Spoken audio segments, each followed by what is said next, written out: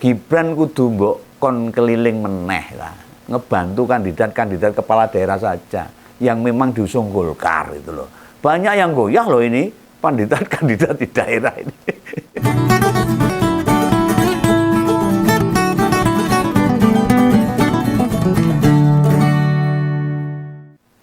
Bicara masalah masa depan IKN itu kayaknya loh, ini akan rampung justru sewaktu Pak Mulyono dan keluarganya sudah tidak lagi memimpin.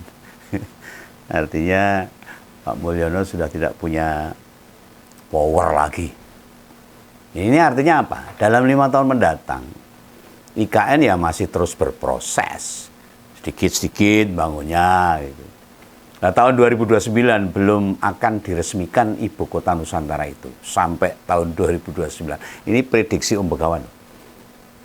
Kita semua tahu lah, Pak Prabowo tidak akan mengakselerasi IKN agar segera selesai. Karena ada program makan bergizi yang dia prioritaskan dalam memimpin 5 tahun ke depan. Program itu membutuhkan anggaran gede. Bisa awalnya itu 71 triliun. Jadi program lain sementara tidak dapat porsi yang ideal, termasuk kelanjutan IKN. Yang kabarnya tahun 2025 hanya dijatah 4,1 triliun. Untuk proses pembangunan IKN itu pun lebih pada menggarap saluran air, irigasi, bendungan dan sebagainya. Karena IKN seringkali banjir. Banyak hutan yang dibabat, jadinya banjir. Perlu ada penanganan irigasi yang cukup baik agar air tidak tumpah ruah. Nah, termasuk kelanjutan IKN itu, gimana mau jadi pengganti Jakarta?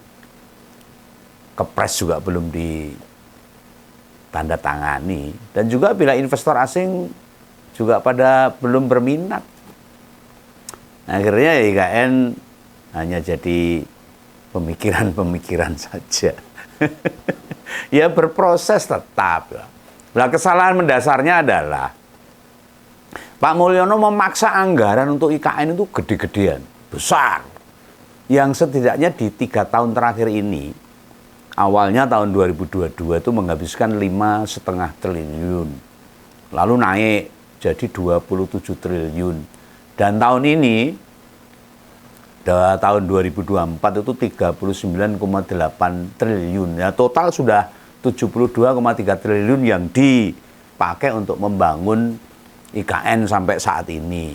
Ya, jadi kalau ada film-film atau tampilan atau unggahan-unggahan bahwa IKN sudah indah, ya, itu hanya halu aja itu. Ya karena banyak influencer-influencer yang dibayar untuk mempromosikan IKN seolah-olah sudah bagus, seolah-olah sudah jadi. Ingat loh, baru 72,3 triliun. Kalau tahun depan hanya dapat 4,1 triliun, ya gak akan terlihat progresnya. Jalannya ya alon-alon, waton ora tekan-tekan. Padahal untuk menciptakan ibu kota baru itu butuh 466 triliun. Kita kan bisa menghitung kan. Kalau anggaran IKN itu 466 triliun baru digelontorkan 72 triliun, artinya baru berapa persen? Nek ngomong wis dadi halu. Nah, jane nek makan bergizi mundur setahun misalnya. Artinya dijalankan mulai tahun 2026, ya IKN iso lumayan lah. Bisa ada pembangunan yang lebih. Kan setahun bergizi butuh 400 triliun. 1 tahun itu. Masalahnya Pak Mulyono tahu, penggantinya gak akan mau meneruskan dengan sungguh-sungguh. Dan kondisi ini jelas membuat resah dan gelisah, gak tenang, ora jenak. Mangan ora enak, turu ora penak. Ora nyenyak itu. Nah, tapi bukan Pak Jokowi bila dia diam melihat semua itu. Dalam sebuah kesempatan, dia mengaku akan sering ke IKN setelah pensiun dari jabatannya sebagai presiden. Blah, ini Pak Jokowi beneran ini. Masih akan terus ke sana. Dan terus yang nemenin siapa? Lalu ke sana itu buat ngapain gitu loh. Memantau prosesnya, progresnya, pembangunannya.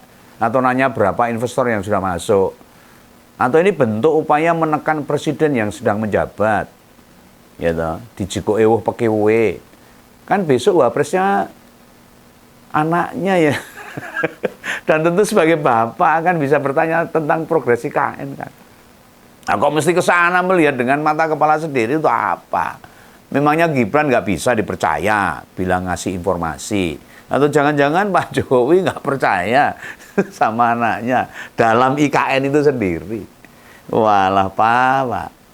Pernyataan itu malah membahayakan putra sendiri loh yang sebagai wapres terpilih loh. Ya sudah lah, diterima saja apa yang mau dilakukan pemerintah mendatang, pemerintahnya Pak Prabowo kan dia juga sudah bisa berpikir, bisa menjalankan visi misinya. Dan juga ada anak Barep kan yang mendampingi, yang bisa didorong-dorong, diminta bisa mengawal pembangunan IKN.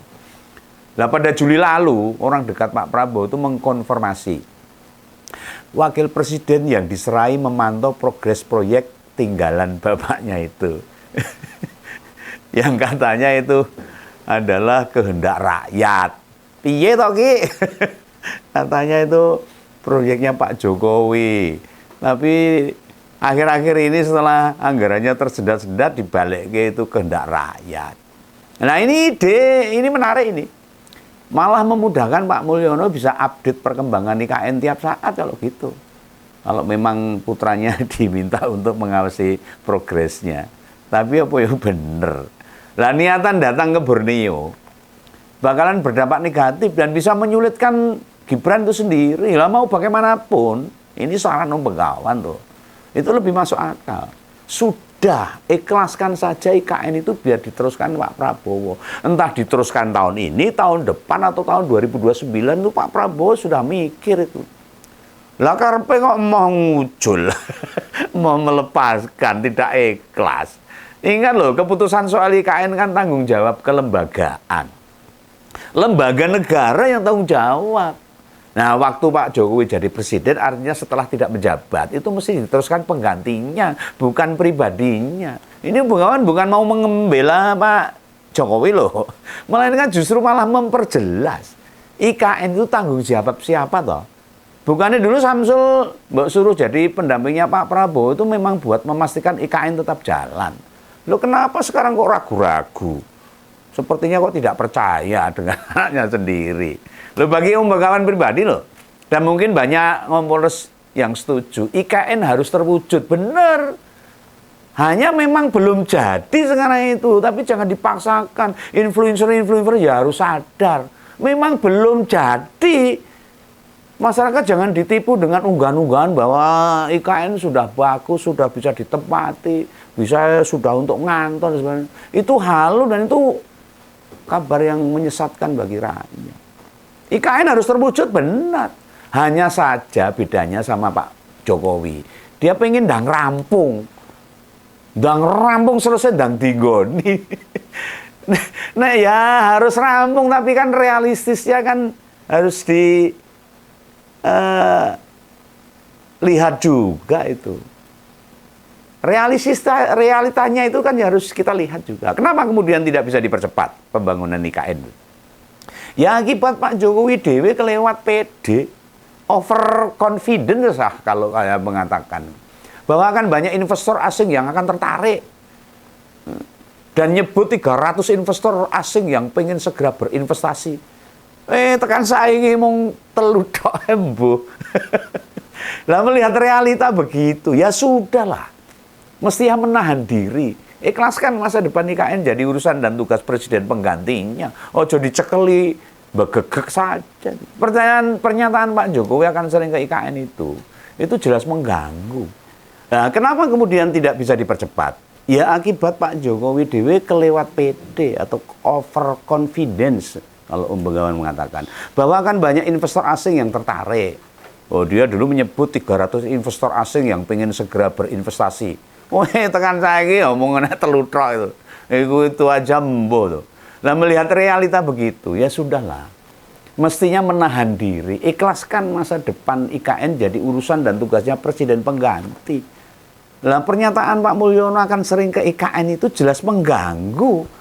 menunjukkan ketidakdewasaan, malah cenderung berbahaya bagi Pak Jokowi sendiri.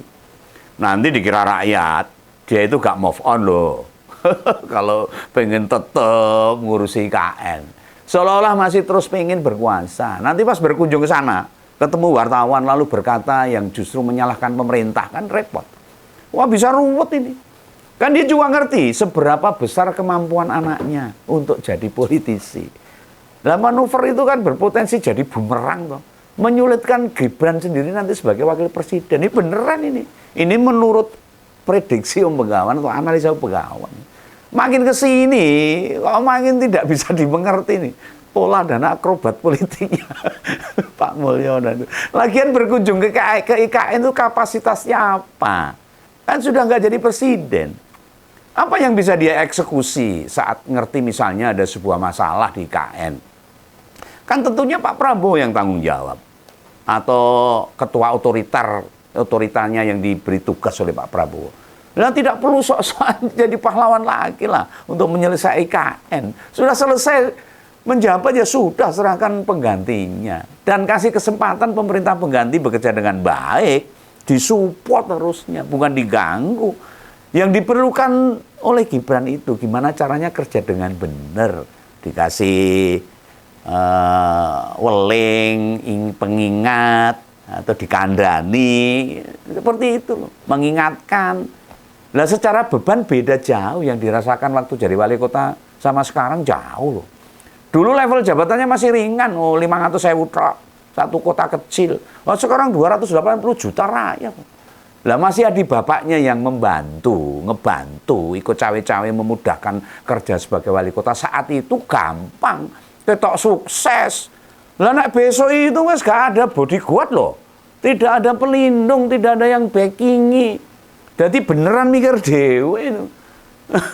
Walaupun Om Begawan paham nih, Gibran nggak mungkin bekerja berdasarkan hasil pemikirannya dewe. Pasti ada campur tangan orang dekat, keluarganya misalnya, termasuk bapaknya. Itu sudah otomatis waktu jadi wali kota.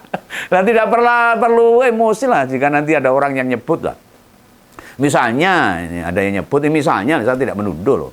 Wah, ini Gibran itu jadi bonekanya Pak Mulyono aja ini. Jadi wakil presiden untuk meneruskan penguasaannya itu. Ya wajar orang anggap begitu. Secara kemampuan atau kapasitasnya, kan dia belum banyak punya prestasi. Jabatan wali kota dijalankan dengan baik. Ya kiriman duit dari pemerintah pusat banyak, gede. Garek jalan, kayak Detono. Jadi kayak terkesan pinter. Terkesan pembangunannya banyak di Solo itu. Karena duitnya cuma Pak. Nah, saya ini posisinya wis naik kelas kok. Mundak pangkat, jauh lebih punya kekuatan. Nah, saat jadi wapres, Pak Jokowi kudu mendorong dan membantu harusnya. Minimal kurangilah pernyataan-pernyataan yang bisa memberikan beban baru pada anaknya. Nah, sekarang saja loh, Gibran terlihat gak digubris sama Pak Prabowo. Ini menurut pengamatan Begawan loh, harus jadi introspeksi. Nah, ini apakah gegara fufu fafa? Yang menurut Om Begawan Pak Prabowo sudah paham dan tahu. Nah, ya toh, apa gegara Pak Mulyono sendiri masih pengen punya pengaruh? Apa akibat Pak Jokowi nyodorin nama supaya masuk jadi menteri? Atau karena apa? Nah, bagi Om Begawan, Pak Jokowi mesti menjauhkan cara-cara konvensional untuk menaikkan citra Samsul. Keliru besar kemarin tuh, minggu siang itu, Gibran nyusul Pak Prabowo ke bandara lalu nganter ke rumahnya Pak Jokowi. Ya sudahlah Pak, sudahlah. Nek mongkon ubah seputar underan Pak Prabowo itu percuma. Gibran kudu mbok kon keliling meneh lah, ngebantu kandidat-kandidat kepala daerah saja yang memang diusung Golkar itu loh. Banyak yang goyah loh ini kandidat-kandidat di daerah ini. Dia kudu dijebleske dengan kenyataan yang ada, dengan kerasnya dunia politik loh. Dia harus terima lapang dada. Bila ada yang teriak Clara atau fufu fafa, dia harus tetap tabah, harus mesam-mesem, meringis ya ora apa-apa. Lah pas ketemu wartawan ditanya beratus-ratus bahkan beribu kali soal fufu fafa. Itu ujian sesungguhnya. Bila makin bako di rapat kabinet kelak, Gibran ya mesti berani bicara keras.